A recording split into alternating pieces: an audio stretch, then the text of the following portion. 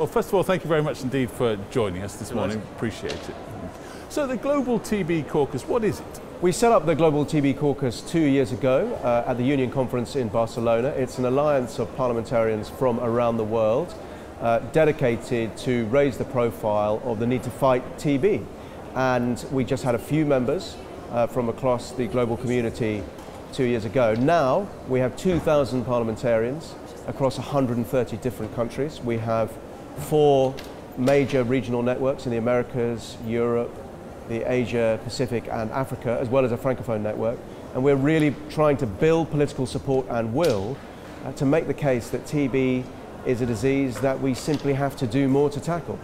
And what have you been doing at this conference? Well, here at this conference, I've been speaking at events. I've been meeting my fellow parliamentarians who are here to talk about the political action that we can give to support the messages that the Union is shaping.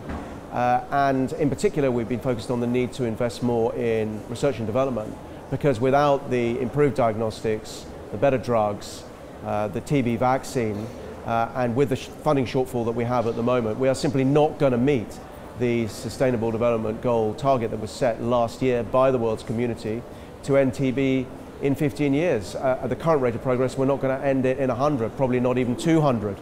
We simply have to do better, and that will require resources. And we as parliamentarians are in a position to press for more resources and accountability in our governments for more effective action. It's pretty shocking, isn't it? Because it's not like we don't know how to cure TB or how to deal with the problems that TB cause. It costs a lot of money, it causes a lot of human suffering. You know, you're an MP, parliamentarian.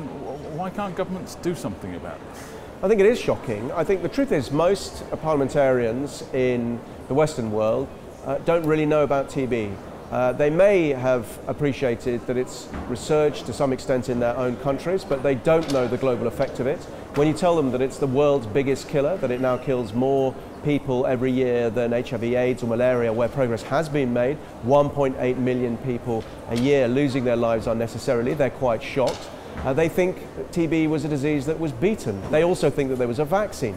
They don't realize that actually we are using tools that are dated to tackle this disease, and they probably haven't focused sufficiently on the threat of antimicrobial resistance, the danger of drug-resistant TB, which could then affect the whole global community. So there are lots of messages that we need to get across to parliamentarians about the need to do more.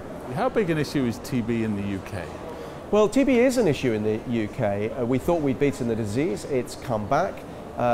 Actually, London is one of the capitals of Europe that has the most TB. We have around 5,000 cases of TB a year, and that is not now growing, but it's only coming down slowly.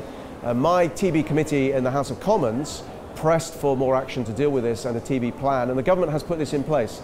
And I should say that the UK government has not only put in place a domestic TB strategy, and you can see the TB vehicle outside that's part of the programme of outreach to find TB patients in vulnerable communities, but also has made a major commitment in terms of international aid, most recently a commitment to replenish the global fund with £1.1 billion sterling, the second biggest contributor to the global fund. So we certainly are doing a lot to combat this disease, but my message to UK ministers and to global ministers is we have to do more, and if we don't, we are not going to beat this disease. That means lives lost and risk to the global community. Thank you very much for joining us. Really appreciate you taking the time. Thank you. Thank you.